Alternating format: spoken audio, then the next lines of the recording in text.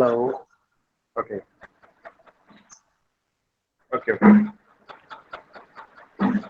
So 26 students are here. Now I'm gonna start it. Now take out your copy, or we can say like a paper and pen. एक A4 size का blank paper pen लेके रख लीजिए जिससे आपको समझ में आए कि कुछ नहीं है. Okay. First, let me know one thing that what I taught you yesterday. Did you get of 80% of it or how much percent of it? जिसको थोड़ा भी समझ में आया वो मुझे परसेंट के हिसाब से बताइए एक बार. कितना परसेंटेज तुम्हारे को समझ में आया?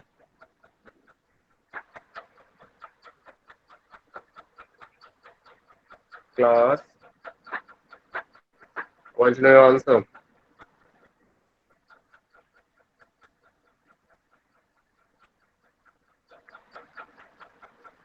No one is here to give answer of my question. Okay, you are texting 50-60%,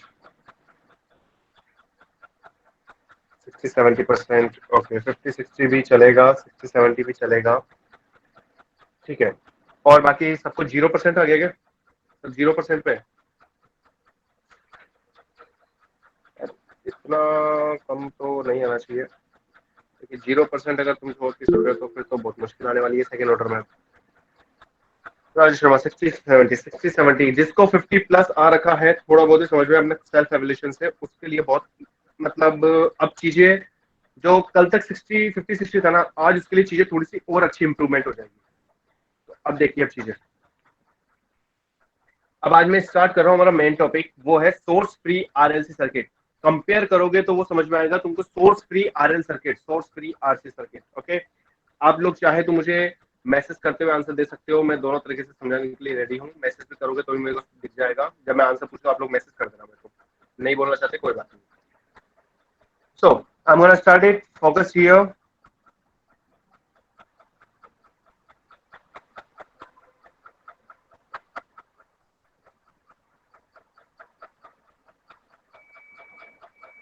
Okay. So now the thing is that source free RL circuit. It means that there would be no any source.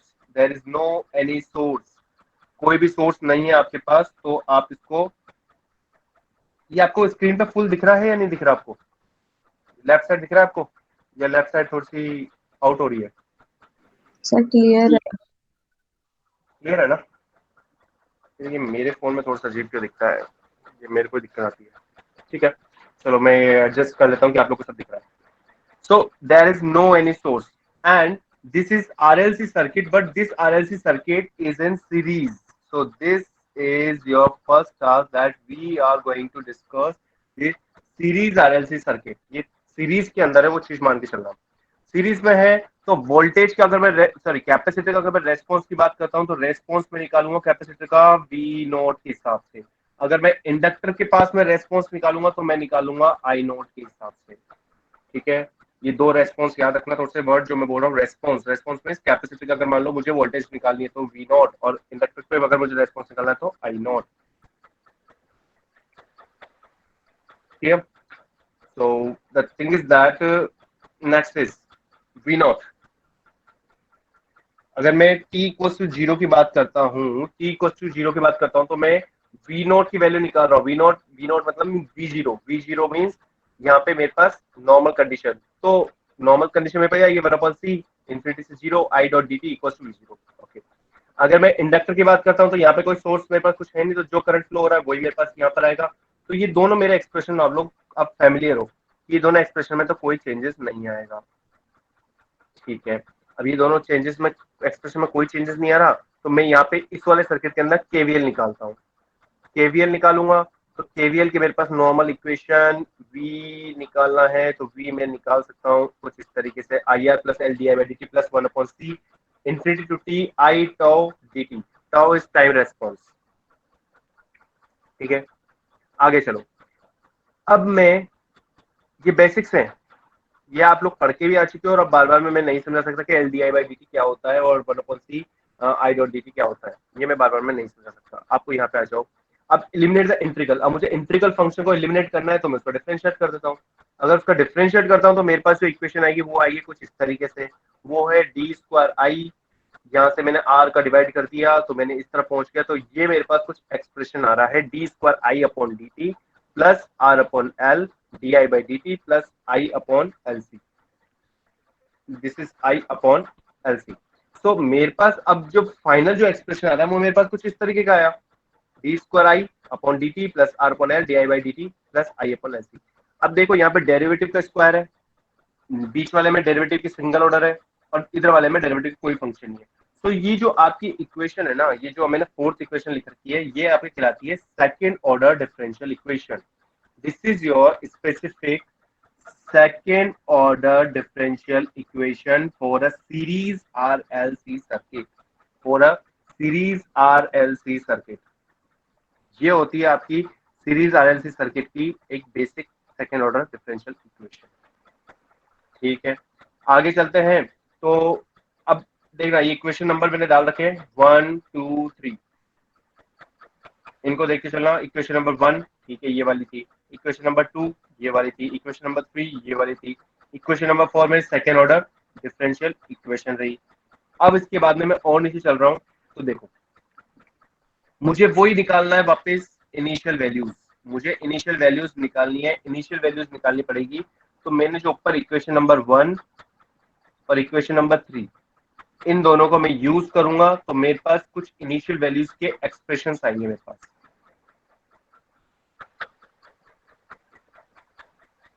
कुछ इस तरीके, वापस मैं एक बार revise करवा रहा हूँ, वापस मैं ऊपर चल रहा हूँ, उसके बाद दिखाता हूँ आपको, तब समझ में आएगा। देखिए इक्वेशन नंबर 1 कौन सी थी, ये वाली।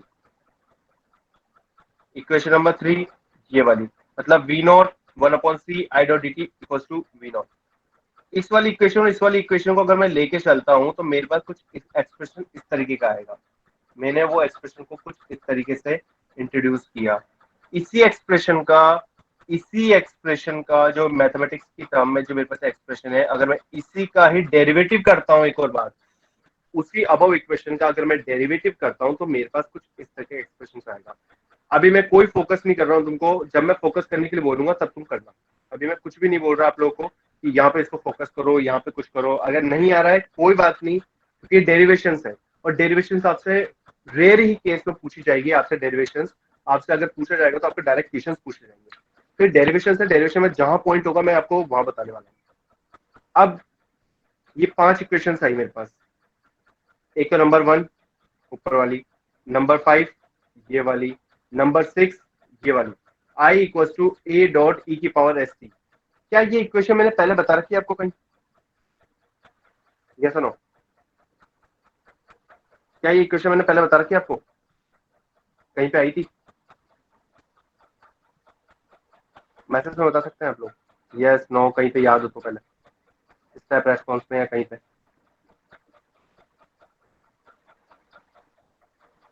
यस और no? I want at least this one.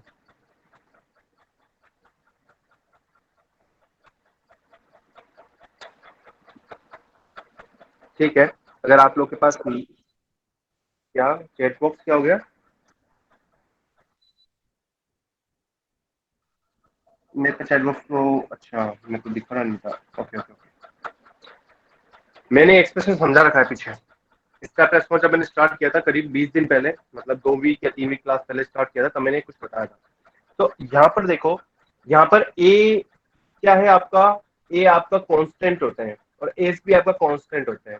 ए और एस दोनों कांस्टेंट है, ये आगे आपको समझ में आएगा कि वैल्यूज कैसे निकालनी है ए और एस की। अभी बस नॉर्मल नॉर्मल सी चीजें इनको देखो। इक्वेशन नंबर 1 ऊपर वाली, इक्वेशन नंबर 5 और इक्वेशन नंबर 6, अगर इन सब इक्वेशन को मैं इक्वेशन नंबर 4 में इंट्रोड्यूस करता हूँ तो मेरे पास एक फाइनल एक्सप्रेशन आता है कुछ इस तरीके का।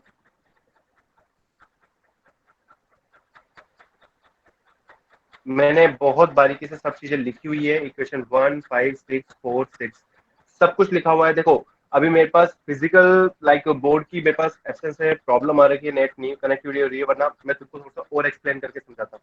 लेकिन मैंने कोशिश करी है कि अब मैं इसको और सिंपल कर सकूँ लिखने के अंदर, तो मैंने सब कुछ लिखा हुआ है। आगे देखिए, यहाँ से मैंने ए और एस को कॉमन लिया, ए और ई की पावर एस को कॉमन लिया, तो मेरे पास रिमेनिंग मेरे पास ये एक्सप्रेशन बच रहा है। रिमेनिंग मेरे पास ये एक्सप्रेशन बच रहा है। और इसी एक्सप्रेशन को मैंने बोल रखा है अगर मैं इसके जीरो के रखता हूँ तो ये वाली वैल्यू जीरो हो गई, तो मेरे पास ये वाली फाइनल वैल्यू आती है। अब कुल मिला के मेरे को सब क्लियर पता है कि आप लोग को ये कुछ भी समझ में नहीं आया है, आप लोग को ये कुछ भी समझ में नहीं आया कि ये एक्सप्रेशन कैसे आया है। नो नीड टू वरी, कोई बात नहीं आया समझ में, कोई बात नहीं। मैं एक सिंपल सी चीज बता रहा हूँ, ऊपर चल रहा हूँ, मैं सिंपल चीज बता रहा हूँ कि ये वाला एक्सप्रेशन 8th नंबर की इक्वेशन कैसे आई है। यहाँ से 8th नंबर की चीज यहाँ से आई है।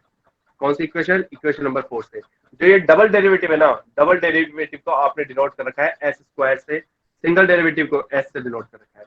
बस डबल डेरिवेटिव को एस से डिनोट, एस स्क्वायर से डिनोट कर रखा है, मतलब यहाँ पे आपके पास क्या हो गया? S square. इस वाले एक्सप्रेशन में एस स्क्वायर हो गया। यहाँ वाले में क्या हो गया? R by L dot S. और यहाँ पे क्या हो गया? 1/LC। क्योंकि ये जो आई वाला एक्सप्रेशन इसका कोई मतलब नहीं है हमारे पास, तो हमारे पास कुल मिला के एक फाइनल एक्सप्रेशन आता है, वो है ये दिस इक्वेशन। क्या समझ में आया मैं क्या बताना चाह रहा हूँ? उस इक्वेशन से ये 4 से डायरेक्ट 8 पे पहुंचना है हमारे को, क्योंकि 5 6 7 तक डेरिवेशन का पार्ट था, हमको 4 से डायरेक्ट 8 पे पहुंचना था। समझ में आया या नहीं? Yes no? ये एच स्क्वायर कैसे Yes, हो गया? yes, sir. क्लियर? कहाँ पे फोकस करने के लिए कह रहा हूँ? वहीं फोकस करना। उस इक्वेशन में जहाँ डबल डेरिवेटिव था डी स्क्वायर, उसको एस स्क्वायर कन्वर्ट करना है। जहाँ पे सिंगल डेरिवेटिव था डी बाई डी टी, वहां पे एस लिखना है और कुछ नहीं करना। ये मैंने इक्वेशन ले ली। वो इक्वेशन तो थी आपकी सेकेंड ऑर्डर डिफरेंशियल इक्वेशन, और ये इक्वेशन कहलाती है आपकी characteristics equation of the differential equation. अब यहाँ से बहुत फोकस होकर चलना, चाहे तो कॉपी पेन ले लो, कॉपी पेन लेके आप ये इक्वेशन लिख लो, S square plus D R by L S plus 1/LC equal to 0। This is your characteristics equation of a differential, second order differential of RLC circuit. RLC circuit की है, लेकिन वो RLC circuit भी कैसा है आपका? सीरीज के अंदर है। तो देखो, this is your quadratic equation. या इतना तो पढ़े लिखे हो, समझदार हो कि आपको पता है कि ये आपकी क्वाड्रेटिक इक्वेशन है, और ये आपकी क्वाड्रेटिक इक्वेशन है। So this is your power 2, it mean that there would be two roots. So ये पता है ना कैसे निकालते हैं? Minus B under root B square minus 4ac वाला फॉर्मूला याद होना चाहिए आप लोगों को। ये चीज मैं नहीं बता सकता यहाँ पे कौन सा फॉर्मूला लगा है, यहाँ पे कौन सा फॉर्मूला लगा है वो आप लोगों को पता होना चाहिए, लेकिन नहीं आता तो भी मैं एक बार तो बता ही देता हूँ आपको। कौन से वाले रूट्स निकालने वाले फॉर्मूले आपको पता होने चाहिए। एक शायद आपको फॉर्मूला याद हो तो, हिंदी में शायद इसको श्री धाराचार्य रूल बोलते हैं, राइट? किसी ने सुना है क्या नाम? श्री धाराचार्य रूल क्वाड्रेटिक इक्वेशन के अंदर। सर यस, बिल्कुल बिल्कुल बिल्कुल बिल्कुल यही फॉर्मूला था। इसी के फॉर्मूले के बेस पे मैंने ये क्वेश्चन निकाला है। तो देखो यहाँ तो ये मैंने एक मिस्टेक कर दी, यहाँ पे प्लस आएगा, यहाँ वाले पे प्लस, यहाँ वाले पे माइनस। मैंने प्लस बनाया, आ गया आप लोगों के पास? विजिबल है? यस, अब विजिबल है। तो एक पे प्लस बनाया और दूसरे वाले पे माइनस बनाया। तो ये वाले मेरे क्वाड्रेटिक इक्वेशन के रूट्स हो गए, S1 और S2। Clear? Please text me yes और नो, क्योंकि मैं उसके आगे चलूँ, वरना मैं पहले ये वापस समझाऊँ एक बार। यस और no, text me. Okay okay okay, एक मिनट वेट करिएगा, मैं थोड़ा सा ईयरफोन दूसरी यूज कर रहा हूँ, हेडफोन दूसरी यूज कर रहा हूँ, तो एक बार वेट करिएगा आप लोग।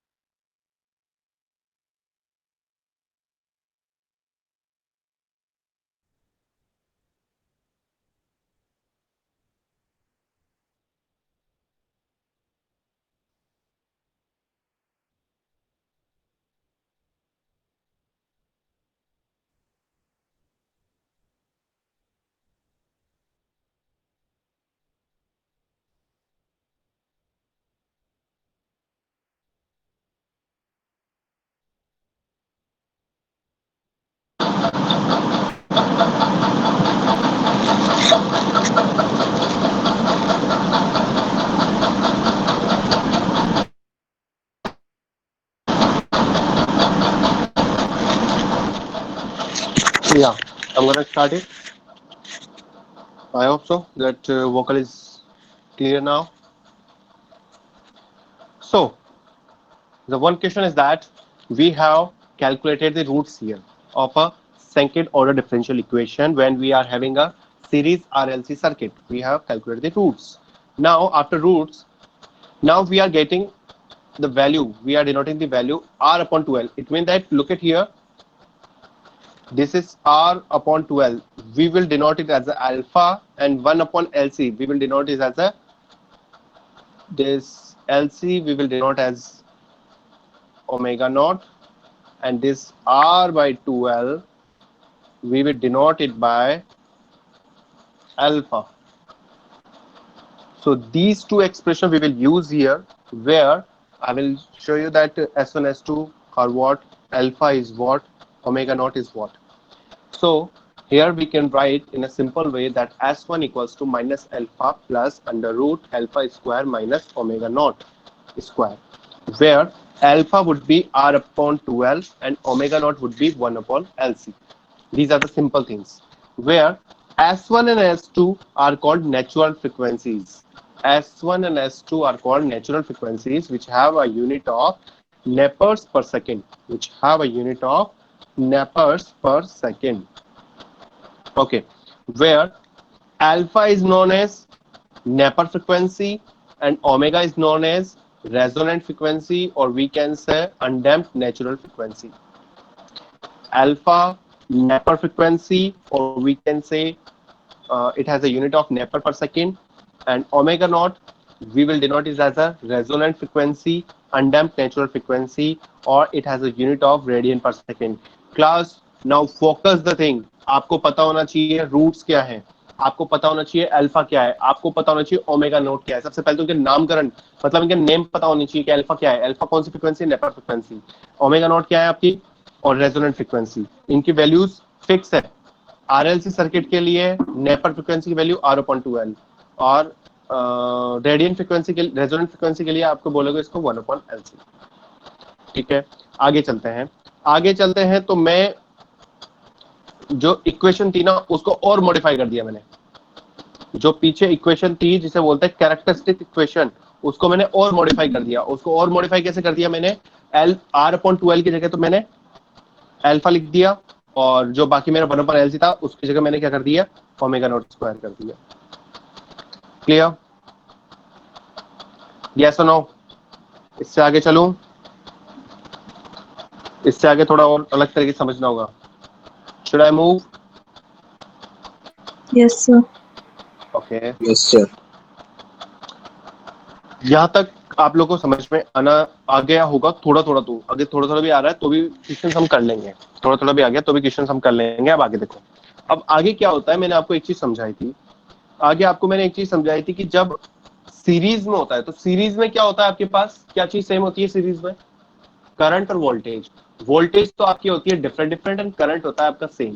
सो एक चीज ध्यान रखना, जब भी आप सीरीज आरएलसी सर्किट की बात करोगे तो रेस्पॉन्स निकालोगे, वो क्या निकालोगे, करंट का रेस्पॉन्स निकालोगे. जो करंट का रेस्पॉन्स निकालोगे, फिर वापस बोल रहा हूं मैंने क्या लाइन बोली है.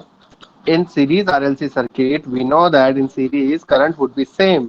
So that's why in series RLC circuit we will calculate the response in terms of current. So IT would be, ये मैंने अभी पीछे एक टर्म बताई थी और ये टर्म बताई थी. So RLC आपके पास सर्किट है तो आपके पास इसके कंपोनेंट दो लेके चल रहे हैं, क्योंकि दो रूट्स हैं तो I1 का अलग और I2 का अलग.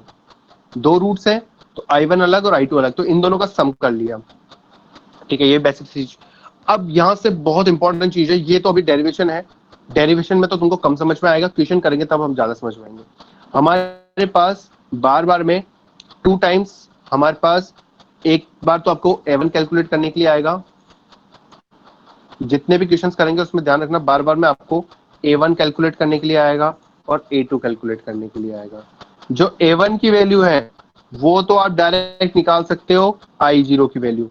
A1 की जो वैल्यू होगी वो I0 की वैल्यू होगी, और जो A2 की वैल्यू होगी वो इसी का डेरिवेटिव पार्ट होगा. लेकिन ऐसा नहीं है कि उसको डेरिवेटिव कर दिया डायरेक्ट. A1 कैलकुलेट करोगे I0 से और A2 कैलकुलेट करोगे di/0 अपॉन dt, मतलब इसी का डेरिवेशन होगा, लेकिन डेरिवेशन का तरीका अलग होता है. अब देखो, इसी को लिंक करना, आगे इसी को लिंक कर रहा हूँ, A1 को कैलकुलेट करेंगे इससे, A2 को कैलकुलेट करेंगे इससे, लेकिन अब ये I0 कैसे निकालेंगे और di0/dt कैसे निकालेंगे, तो वो भी दे रखा है मैंने, वो अभी मैंने नहीं दिखा रखा, वो न्यूमेरिकल्स आएंगे तब मैं आपको सिखाऊंगा।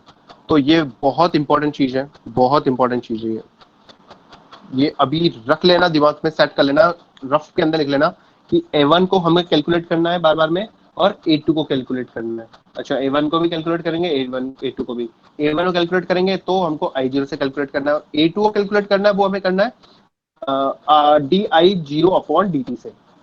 ये आप लोग रफ कॉपी के अंदर पेन से लिखते हुए चलो, जिससे आपको चीजें लिंक रहे। नोट से क्या मतलब होता है, नोट्स तो आपके पास हैं, अभी मैं ये नहीं कहूंगा कि आप लोग नोट्स बनाओ इसके बैठ के, यही आपके नोट्स है, क्योंकि ब्लैक बोर्ड पे मैं नहीं कर रहा हूँ अभी। ये इंपॉर्टेंट चीज है, रूट्स के बाद में आपको पता होना चाहिए ये चीज हमें कैलकुलेट करनी है, ये पता हो गई तो आपको समझ में आ जाएगा। अब 3 टाइप के सॉल्यूशन निकलेंगे आपके पास। नाउ विजिबल है ये 3 types of solution? Yes, now it's visible now. So we would have 3 conditions. It can be alpha which is Napier frequency, and omega naught which is resonant frequency. Alpha can be greater than omega naught, alpha can be equal to, alpha can be less than. So when alpha is greater than, then there would be overdamped condition. Okay, when alpha equals to 0 omega naught, that it would be critically damped case. Alpha less than, that it would be underdamped case.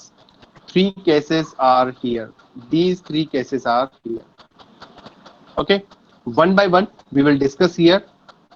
जितना समझ में आता है, अगर इसका derivation का तुम लोग 50 से 60% भी समझ लेते हो तो न्यूमेरिकल तुम लोग 90% तक पहुंच जाओगे, और रिमेनिंग का 10% तुम्हारी प्रैक्टिस के बाद आएगा। Okay, so now first one is overdamped case. Okay, overdamped case, it mean that alpha is greater than omega naught. So alpha is greater than omega naught, and parallel to it you need to learn this,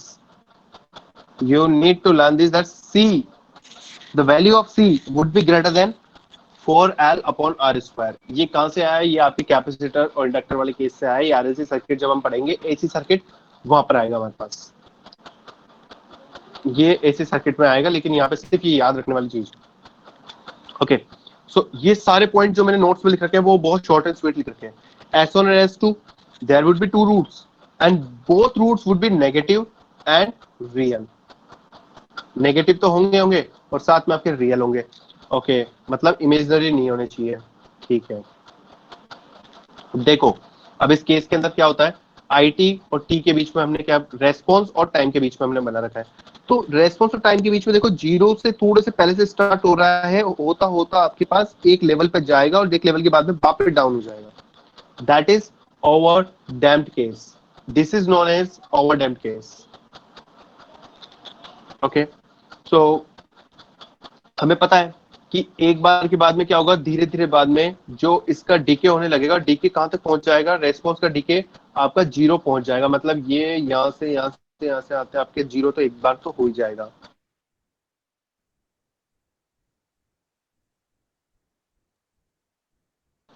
ठीक है, मतलब response आपका एक समय में 0 हो जाएगा, जैसे जैसे आपका टाइम बढ़ता हुआ जाएगा। As time will increase your, that is my condition. Okay, next case is IT। So देखना, अब यहाँ पे समझना वापस, ओवरडैम्प्ड केस है। ओवरडैम्प्ड केस के लिए हमें जो रेस्पॉन्स निकालना होगा, वो रेस्पॉन्स की वैल्यू हमारे पास डिपेंड करेगी सिर्फ 2 चीजों पे, डिपेंड करेगी 2 चीजों पे। एक तो आपके पास A1 e की पावर S1t। वैसे S1 क्या होता है आपका, पता है आपको? S1 DIS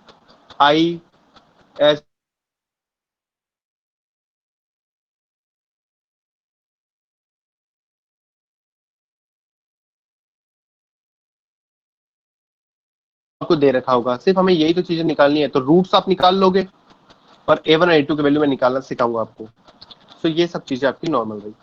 second case, that is known as your critically damped case. Second case is your critically damped case. Critically damped case के अंदर क्या होगा, आपके पास अल्फा की वैल्यू ओमेगा नॉट की इक्वल हो गई। अल्फा की वैल्यू ओमेगा नॉट की इक्वल हो गई। सो अब देखो, दोनों के दोनों रूट्स हो गए, वो कैसे हो गए आपके, इक्वल हो गए और आपके रूट्स कैसे आएंगे, नेगेटिव आएंगे। दोनों के दोनों आपके रूट्स इक्वल है और नेगेटिव है, both roots are equal and negative. ठीक है, ग्राफ को अगर मैं समझना चाहते हो, ग्राफ को देखना चाहते हो तो ग्राफ देखो, पहले वाले ग्राफ के अंदर ये यहां से स्टार्ट होके और ये आपका एक बार 0 हो रहा था, लेकिन यहाँ वाले केस में क्या हो जाता है आपका कि क्रिटिकल डैम्प्ड केस के अंदर आपका एक बार इंक्रीज करेगा और हल्के से एक पॉइंट आने के बाद, जैसे 1/अल्फा बोलते हैं, 1/अल्फा पॉइंट के बाद में ये स्लाइटली कांस्टेंट हो जाएगा, मतलब चलता जाएगा चलता जाएगा चलता जाएगा चलता जाएगा, कुछ इस तरीके से। ये 0 पे नहीं मीट करता है। क्रिटिकली डैम्प्ड केस की कंडीशन ये होती है। आपको अगर 8 नंबर का क्वेश्चन आ जाता है, अगर अच्छा क्वेश्चन आ जाता है अगर 8 नंबर का, तो आपको तीनों केस बनाने के लिए मिल सकते हैं एक क्वेश्चन के अंदर, नॉट इन डेरिवेशन। एक क्वेश्चन के अंदर आपको मिल सकता है और प्लस आपसे फिगर भी पूछ सकते हैं, फिगर बनाओ उसका। क्लियर? सो ये वाली इक्वेशन होती है ओवरडैम्प्ड केस के लिए, IT equals to A2 plus A1T e की पावर माइनस अल्फा टी। ये आपको इक्वेशंस याद रखनी है। पहले वाले में थी IT equals to A1 e की power minus S1T, A2 e की पावर माइनस S2T। लेकिन आपको जब ओवरडैम्प्ड की कंडीशन आ जाती है, ये ओवरडैम्प्ड नहीं, दिस इज क्रिटिकली डैम्प्ड, तो आपके पास ये आएगा। यहाँ पे भी A2 आपको निकालने का तरीका अलग होता है, A1 निकालने का तरीका अलग होता है। ये सब हम क्वेश्चन में सीखेंगे कैसे निकालते हैं। Last case is underdamped case. Underdamped case means alpha, which is Napier frequency, it would be less than to your resonant frequency. So यहाँ पे जो आपके वैल्यू तो आपकी ये आ जाएगी, C की वैल्यू लेस देन हो गई फॉर L बाई R, और यहाँ पे जो आपके रूट्स आएंगे वो किस फॉर्म में आएंगे, कॉम्प्लेक्स। आपके रूट जो होंगे वो कॉम्प्लेक्स फॉर्म में होंगे। अब अगर कॉम्प्लेक्स फॉर्म का मतलब पता है तो आपको पता है कि A plus J B, where B is your imaginary roots and this is your real root। तो ये आपको कुछ बेसिक से मैथमेटिक्स चीज आपको पता है। सॉल्व करूंगा तो सॉल्व करके मेरे को ये वैल्यू आती है, तो देखो S1 की वैल्यू में निकाल सकता हूँ minus alpha this and S2 की वैल्यू में निकाल सकता हूँ। यहाँ पे एक नया एक्सप्रेशन आ रहा है, look at here you are getting a new expression which is this one. मतलब ये जो पूरा है ना, ये एक इमेजिनरी वाला फॉर्म हो गई आपकी, ये इमेजिनरी वाला आपका रूट हो गया, उसको मैंने ओमेगा डी बोल रखा है। तो देखो ये तो आपका जे हो ही रखा है, जे की वैल्यू क्या हो गई -1, और ओमेगा डी को मैंने बोल रखा omega naught minus alpha square. इसकी वैल्यू ये रही। So these I would have some roots value. और एक और सिंपल सी चीज, जब कॉम्प्लेक्स वैल्यूज है तो इसका रेस्पॉन्स निकलेगा, तो वो रेस्पॉन्स में हमारे पास थोड़ा सा टिपिकल निकलेगा, तो टिपिकल निकलेगा तो बिल्कुल टिपिकल निकलेगा, तो कुछ इस तरीके का मेरे पास रेस्पॉन्स आएगा। अब जिसमें A1 और A2 निकालना, तो आपको मैंने बताया था पीछे कि A1 और A2 कैसे निकलेगा, अल्फा में निकाल लोगे। ओमेगा डी की वैल्यू आपको ये रही, this is your omega D value, this is your omega d value, this is your omega d value, omega d equals to under root omega not square minus alpha square. आपका ये final expression नहीं है, आपका ये final expression नहीं है, because इसमें Euler identities लगाओगे, यूलर मेथड लगाओगे, तो आपका ये एक्सप्रेशन कुछ इस टाइप का आ जाएगा। This is a difficult one. This third one case, underdamped case, this is really difficult one. So आपका जो एक्सप्रेशन आएगा रेस्पॉन्स का IT, वो आ गया e की power minus alpha T A1 plus A2 cos omega T this.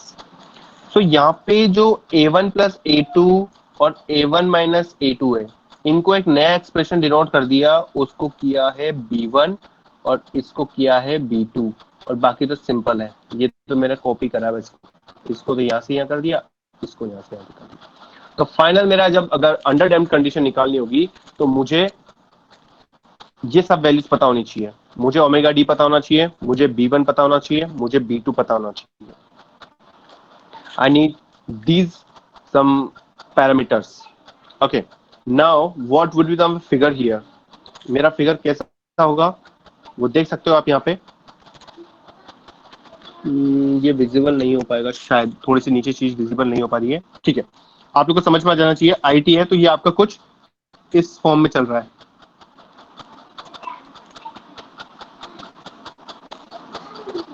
नहीं, ये sign form में नहीं, साइन वेव फॉर्म में नहीं चल रहा है.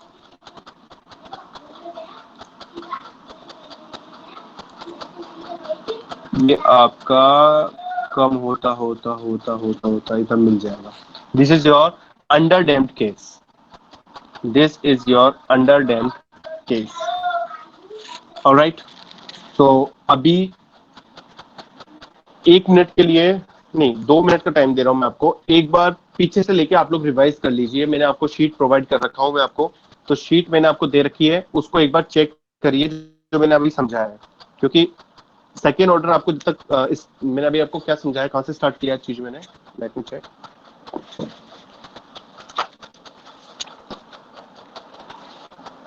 सोर्स फ्री आरएलसी सर्किट, मैंने आपको सोर्स फ्री आरएलसी सर्किट से आज सिखाया है. एक बार आपको शीट मैंने कल प्रोवाइड की थी. शीट को एक बार आप लोग ऊपर से नीचे तक एक बार वेरीफाई करिए. आप लोग को मैं 2 से 3 मिनट का टाइम दे रहा हूँ, आप लोग उसको वेरीफाई करिए. और किसी को अगर कुछ पूछना करना है तो आप लोग मुझे टेक्स्ट करिए.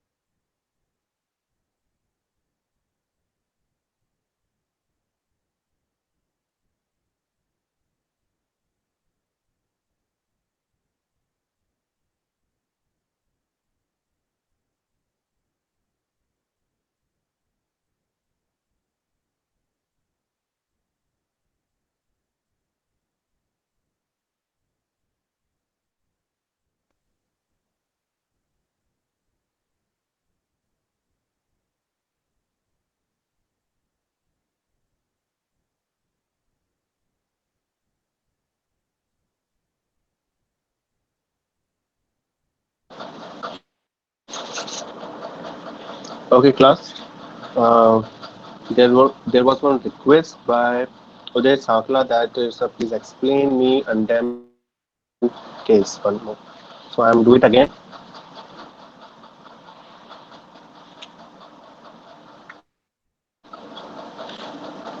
Okay, so it's for you उदय.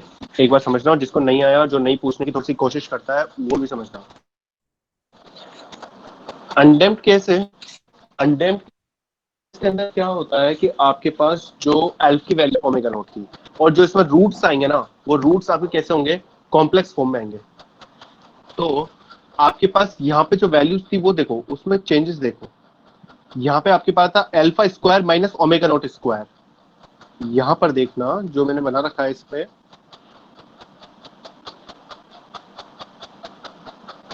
यहाँ पे पहले आता था alpha square minus omega naught square. सिर्फ यहाँ पे चेंजेस क्या है, omega naught square minus alpha square. तो ये omega D is nothing, it is also a radiant frequency और रेजोनेंट फ्रीक्वेंसी, उसी के फॉर्म में बता रखा है और कुछ चेंजेस नहीं है. कॉम्प्लेक्स फॉर्म में, दैट्स व्हाई थोड़ी सी इसमें यहाँ पे चेंजेस कर रखा है. तो सर अगर कॉम्प्लेक्स फॉर्म में है, हाँ बोलो. सर ये फिर माइनस में कैसे हो गया ओमेगा नॉट पूरा? ओमेगा ये नॉट, वाला, यस सर. ये इसके फॉर्म देखो, इससे पहले बहुत सारे डेरिवेशन है. इससे पहले बहुत सारे डेरिवेशन है, मतलब वापस स्टार्टिंग से केस लिया जाता और वापस से मैं S1 कैलकुलेट करके दिखाता, फिर S2 कैलकुलेट करके दिखाता. दैट्स व्हाई मैंने यहाँ पे शॉर्ट करा है इसको, बिकॉज वो पूरा अनडैम्प्ड केस को डिराइव करना कोई यहाँ पे सेंसलेस था. दैट्स व्हाई, इस वजह से मैंने यहाँ पे इसको इस केस में लिया है. अदरवाइज और कुछ चेंजेस नहीं करा मैंने इसमें, सिर्फ यहाँ पे मैंने माइनस को बाहर लिया. सो मैंने यहाँ पे ओमेगा डी की वैल्यू अलग तरीके से निकाल रखी है, मीन्स इस वाली फैमिली ए प्लस जे बी और ए प्लस, देखो ये होता है ना आपके पास कॉन्जुगेट फॉर्म, ए प्लस जे बी और ए माइनस जे बी. ये इस फॉर्म में मैंने बना लिया बस मेरे रूट्स को कॉम्प्लेक्स फॉर्म में, ए प्लस जे बी और ए माइनस जे बी. सो अगर मेरे कॉम्प्लेक्स में अगर रूट्स हैं तो मेरे जो इसके एक्सप्रेशन होगा, किसका, रेस्पॉन्स का एक्सप्रेशन, वो भी मेरे कुछ इस तरीके का आएगा. One minus alpha, sorry minus alpha minus J omega D. यहाँ से सेम मेरे पास दूसरा एक्सप्रेशन आएगा. ये पूरी डेरिवेशन है, लेकिन डेरिवेशन आपको नहीं याद करनी, ना आपको उसको सॉल्व करनी है, ना आपको कुछ करना है, बिकॉज ये सारी डेरिवेशन मैथमेटिक्स की है. ये मैथमेटिक्स में आप लोग शायद फर्स्ट ईयर में करे होंगे या 12th के अंदर आपने सेट्स या फंक्शन से रिलेटेड कुछ चैप्टर्स, नहीं, आपके कॉम्प्लेक्स नंबर से रिलेटेड आपका 12th में एक चैप्टर आता है, उसमें आपने पूरे डेरिवेशंस करी हुई है. यहाँ पे तीनों केस आते हैं, डैम्प्ड अनडैम्प्ड वाले सारे केसेस आते हैं वहाँ पे.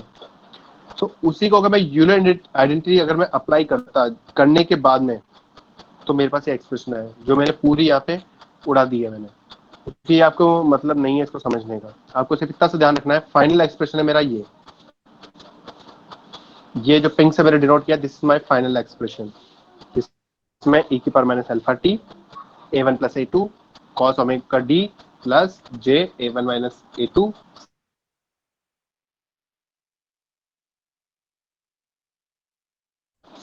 ठीक है. थोड़ा बहुत आया हो तो भी चलेगा इसमें. क्लियर? Okay sir. क्लास में इससे आगे अब बता रहा हूँ इसी के, जैसे हमने आज क्या पढ़ा है, आज हमने पढ़ा है आरएलसी, सोर्स फ्री आरएलसी.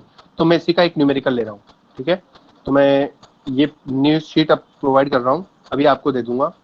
वैसे शायद दूं या नहीं दूं, क्योंकि इसके अंदर मेरे पास बहुत सारा डेटा पड़ा हुआ है. दे भी दूंगा, कोई दिक्कत नहीं है. सो नाउ जो मैंने आज पढ़ाया उसके बेस पे क्वेश्चंस देखते हैं.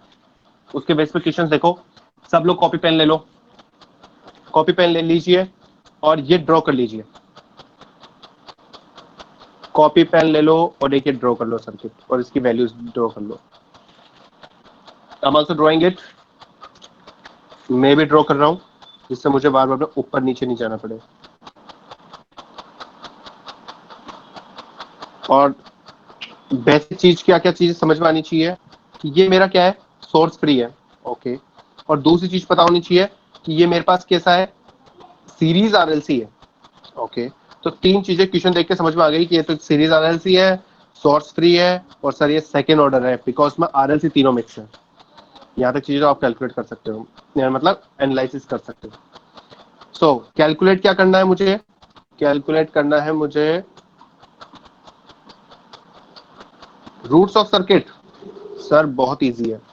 रूट्स ऑफ सर्किट आपने मुझे बताया था सर अभी कि ठीक है, जब तक डैम्प्ड अनडैम्प्ड कंडीशन कुछ बताई नहीं रखी हमारे को, तो हम तो रूट्स ऑफ सर्किट निकाल सकते हैं।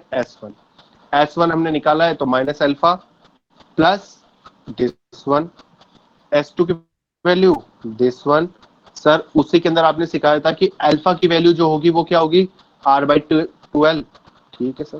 तो कहने का मतलब ये है, देखो ये सारे फॉर्मूलाज तब काम आते हैं जब आपके R, L और C सिर्फ आपके सर्किट में यही हो। अगर आपके रेजिस्टेंस आ रहे हैं या इंडक्टेंस आ रहे हैं या ये आ रहे हैं, तो उनको कंबाइन कर दो और आपके पास सिर्फ एक सिंपल ऐसा सर्किट बनना चाहिए RLC वाला।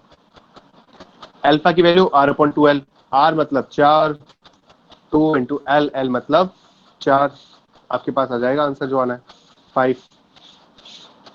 नहीं, R की वैल्यू तो मेरे पास कितनी है, एक सेकंड रुकिए, मैंने शायद उल्टा लिख दिया। सर इसमें मैंने उल्टा लिख दिया 40।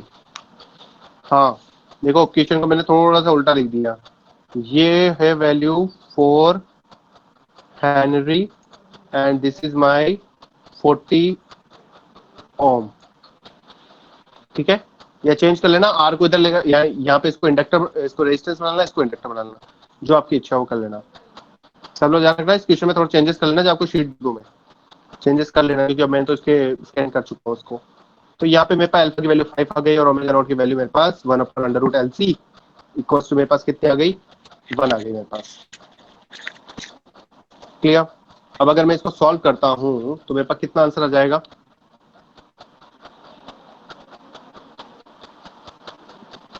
एक मिनट रुकिए, मेरे को एक चीज चेक करने दीजिए पहले, एक बार रुकिए आप लोग।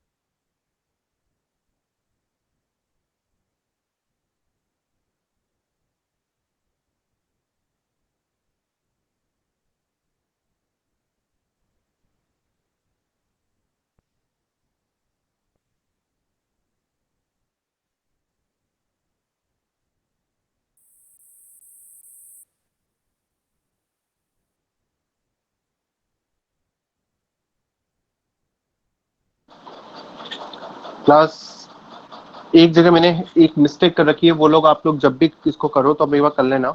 मैंने शायद एक जगह पीछे वाली स्लाइड में बता रहा हूँ, पीछे वाली जो मैंने PDF आपको शेयर कर रखी है ना, उसके अंदर मैं एक बार वापस जा रहा हूँ, थोड़ा सा बैक जा रहा हूँ मैं। एक जगह मैंने एक मिस्टेक कर दी है,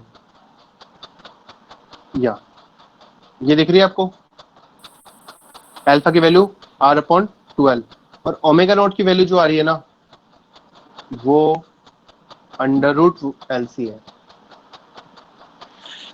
did you get it, did you get it और नॉट? Yes sir. ये चीज ध्यान रखना, क्योंकि मैंने भी मिस्टेक कर दी है लिखते हुए, क्योंकि बोर्ड पे होता तो मैं इस चीज को मैं वेरीफाई कर लेता, लेकिन मेरे को यहाँ पे एकदम से पता नहीं चल पाया। तो एक बार आप लोग इसको कहीं भी किसी तरीके से मेंशन करना, बिकॉज अगर आपने बाद में अगर करा तो आप लोग के साथ गलती हो जाएगी। ठीक है, अब देखो यहाँ कैसे हुआ, ये भी तो स्क्वायर बन रहा है ना, ये स्क्वायर बनता है। यहाँ पे मैंने एक मिस्टेक कर रखी है, थोड़ी सी मिस्टेक हो गई है मुझसे लिखने के अंदर, तो ये स्क्वायर होगा तब जाके मेरा रूट निकल रहा है इसका। एनीवेज आगे देखो, अब मैं वापस नेक्स्ट पे आ रहा हूँ। सो ओमेगा नॉट की वैल्यू मेरे पास 1/√LC, मैं वापस यहाँ पर आ गया हूँ, उसी क्वेश्चन पे आ गया हूँ। ओमेगा नॉट की वैल्यू 1/√LC, तो मेरे पास यहाँ पे 1 आ गई। तो मेरे पास ये तो चीजें कोई दिक्कत नहीं है, ये भी निकल गई मेरे पास, ये भी निकल गए। Roots are negative, yes my roots are negative. अब देखना कैसे कैसे पढ़ते हैं इसको। My roots are negative and both are real और इमेजिनरी, रियल और imaginary. Class, these are negative, I know, but these are imaginary or real? Real. Real. जिसको नहीं समझ पा रहा अभी भी देख लेना, क्योंकि कोई स्टूडेंट्स ऐसे हैं जो बाद में कनेक्ट हो गए। तो यहाँ पे कोई ये इमेजिनरी वाली, मतलब जो इसको आयोटा या फिर अपन जे की टर्म में बोलते हैं, वो नहीं है हमारे पास। तो कहने का मतलब क्या है, अल्फा की वैल्यू आ रही है 5 और ओमेगा की वैल्यू है 1, मतलब alpha is greater than omega naught, it mean that it is overdamped condition. Clear? ये एक सिंपल सोवर मेरे पास एक क्वेश्चन था जो मैंने लिया,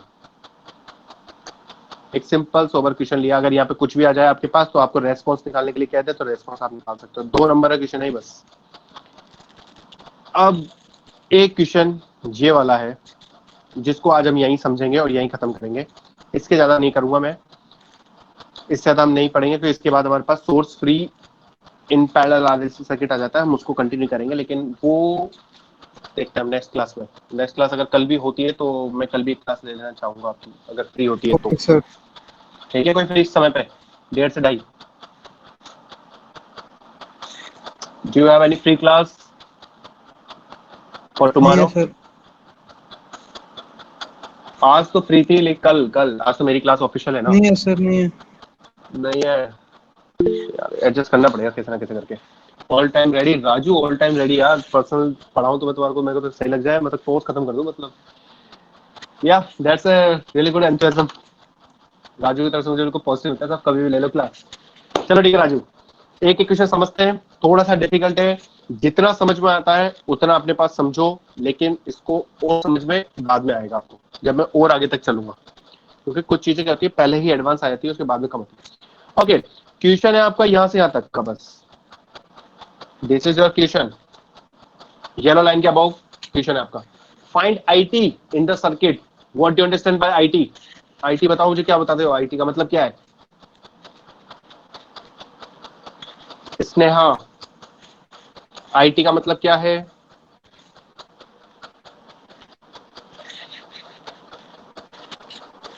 करंट टाइम के रिस्पेक्ट में।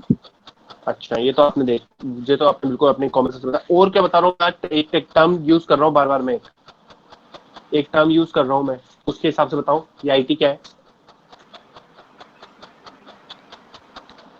Response of circuit. मतलब आईटी किस में फ्लो होगा? आपका इंडक्टर में। तो मतलब ये जो आपका दिख रहा है ना, ये वाला, ये निकालनी है आपको। मतलब आपको इंडक्टर में जो करंट फ्लो हो रहा है वो देखनी है हमारे को। IT is response of the circuit, VT is response of the circuit. ये आप बिल्कुल सही है कि करंट का टाइम के साथ में चेंज, वो सब कुछ सही है। लेकिन अब टेक्निकल टर्म्स में बात करें तो that is your response. assume that circuit had reached state at t equals to 0 minus, मतलब t equals to 0 minus पे वो अपनी स्टडी स्टेट पे पहुंच चुका है। इसका मतलब ये है कि t equals to 0 से पहले ही आपका सर्किट क्लोज था, t equals to 0 के बाद में आपका सर्किट ओपन हो जाएगा। यस और नो? यस और नो? क्वेश्चन समझना ऐसा होता है। t इक्वल टू 0 से पहले स्टडी स्टेट है, इसका मतलब ये है कि सर पहले क्लोज था, ओपन हो जाएगा सर्किट। और पहले क्लोज था, अगर क्लोज था तो इंडक्टर और कैपेसिटर पे रियल आइडेंटिटी शो कर देंगे। इसका मतलब ये जो कैपेसिटर है सर, ये तो हो जाएगा ओपन और इंडक्टर हो जाएगा अपना शॉर्ट। ओके, तो देख लो, ये मैंने कंडीशन बना ली आपकी। ये सर्किट बना लेना आप, आपकी स्क्रीन पर सर्किट दिख रहा है, अपनी कॉपी बना लो, क्योंकि 5 मिनट लगेंगे मुझे इस क्वेश्चन को समझाने में।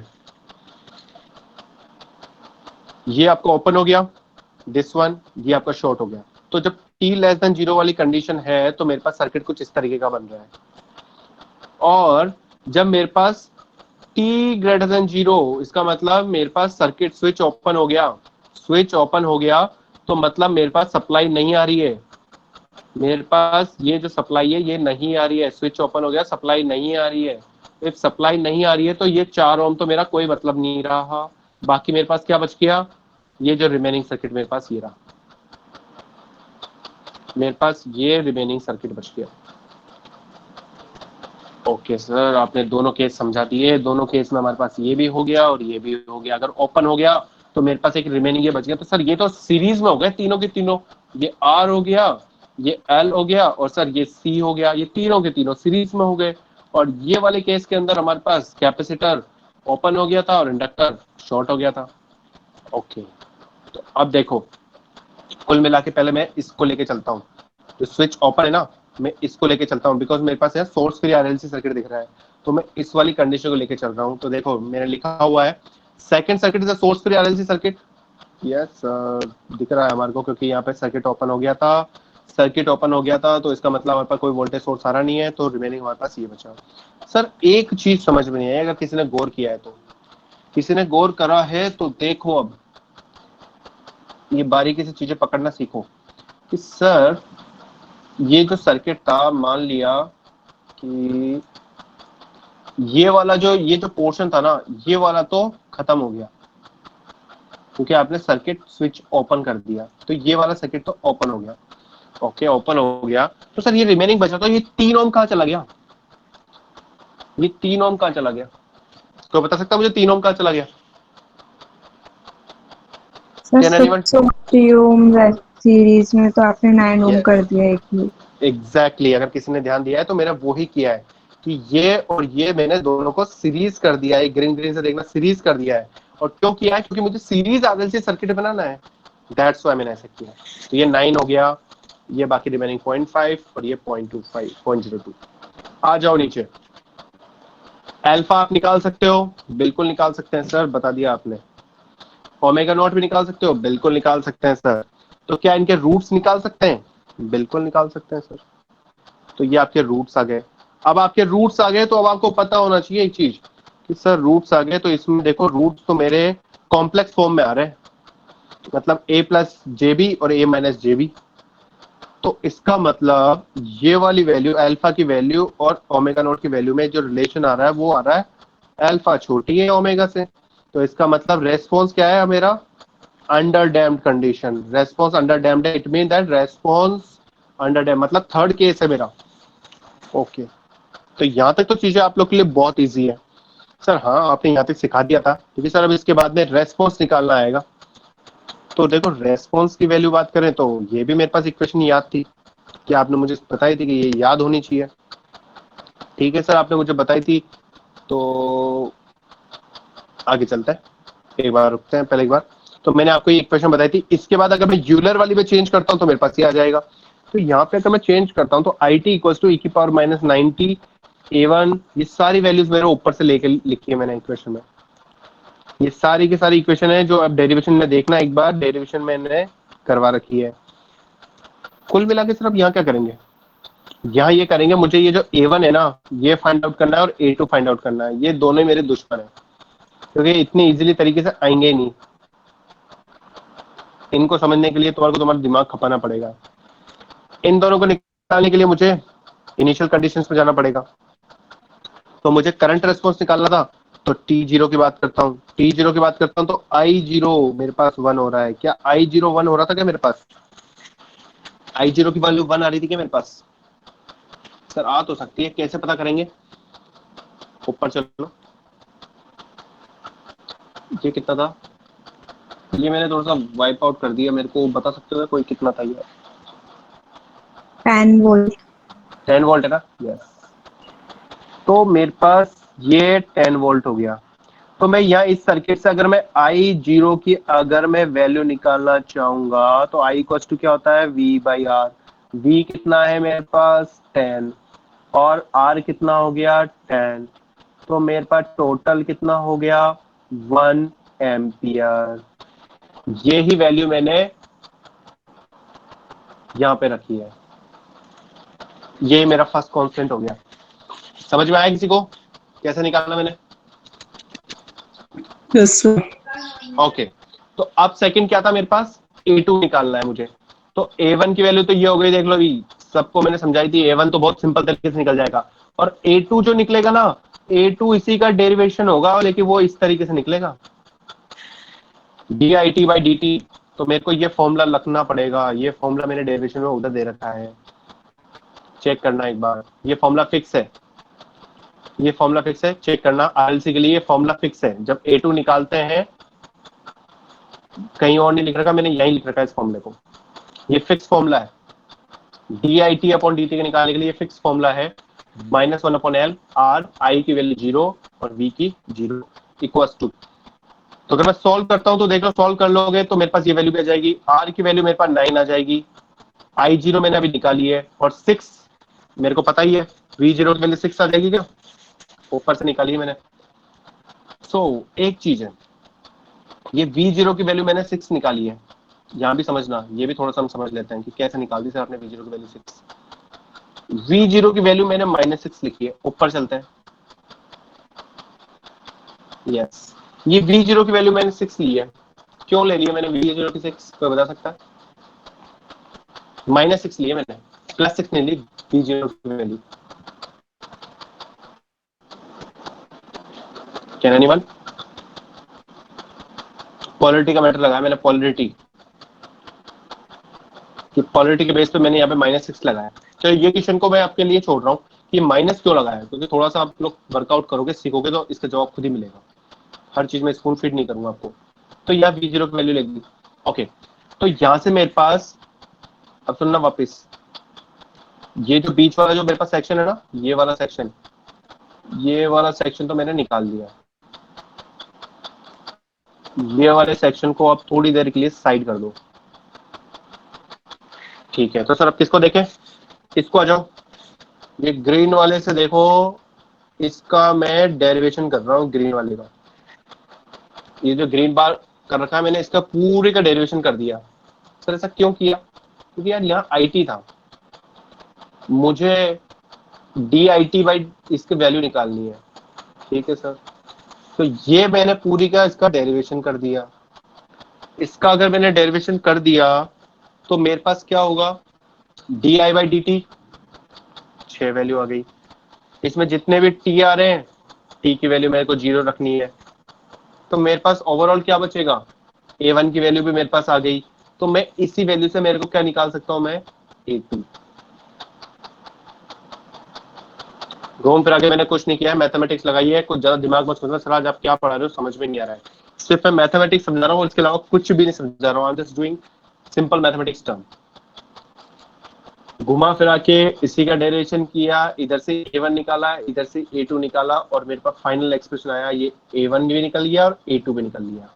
तो जो A1 और A2 की जो वैल्यू है, उनको मैंने, ये जो इस वाली वैल्यू थी ना, ग्रीन वाली, इसमें रख दी बस, और ओवरऑल मेरा आंसर खत्म। इससे ज्यादा मेरे को कुछ नहीं करना। That was a solution for a series RLC circuit. I know थोड़ा फास्ट फॉरवर्ड में हुआ है, लेकिन यार अब मैं मैथमेटिक्स का टीचर तो हूं नहीं, मैं थोड़ा CA का टीचर हूं, तो CA के टीचर को मैं इसी तरीके से पढ़ा सकता हूँ CA की चीजों को। कुछ पूछना चाहते हो इसके अंदर? Anyone? Do you want ask something? Class पूछ सकते हो, लेकिन मैं चीजें यहीं की अभी समझा दूं तो बहुत अच्छी रहेगी। एक बार फिर देख लो, वहां पे देखना चाहते हो, रिपीट करना चाहते हो क्वेश्चन या नहीं? इतना ज्यादा? नो सर आ गया, चलो ठीक है आ गया। मुझे 2 स्टूडेंट बोलेंगे तो ही मैं मान लूंगा। अगर कोई बोलना चाहता है कि रिपीट करना चाहता है तो उसको खुद को खड़े होकर बोलना पड़ेगा, ठीक है। तो बेसिकली चीजें यहाँ तक थी, आज मैं यहीं एंड कर रहा हूँ। और अगर आप लोगों के पास कल टाइम है तो मैं कल क्लास लेना चाहूंगा, तुम बता सकते हो तो मुझे बता दो कितने बजे मैं ले लूँ, क्योंकि मुझे 1-2 क्लास को कंपनसेट करना है, not for only your attendance, for your syllabus. कल कोई टाइम मुझे सजेस्ट कर दो कि सर आप उस समय क्लास ले लीजिए। कल तो नहीं हो पाएगा, ऑलरेडी 5 क्लासेस हैं। ओहो 5 क्लासेस है, चलो ठीक है, एक काम कर सकते हैं, अगर मान लो उन 5 क्लासेस में से अगर मान लो कोई क्लास नहीं लेता है कोई टीचर, तो आप मुझे इन्फॉर्म कर देना, ओके सर। ठीक है, ये अब आपकी रिस्पॉन्सिबिलिटी है। आप लोग मुझे व्हाट्सएप पे कर दो, या तो ग्रुप में तो मैं देख पाऊँ या नहीं देख पाऊँ, आप लोग मुझे व्हाट्सएप कर देना। अगर सब लोग को लगता है तो आप मुझसे एक बार, मैं एक बार क्लास ले लूँगा, तो आधे घंटे के लिए हम, ठीक है, ऑल राइट। मैं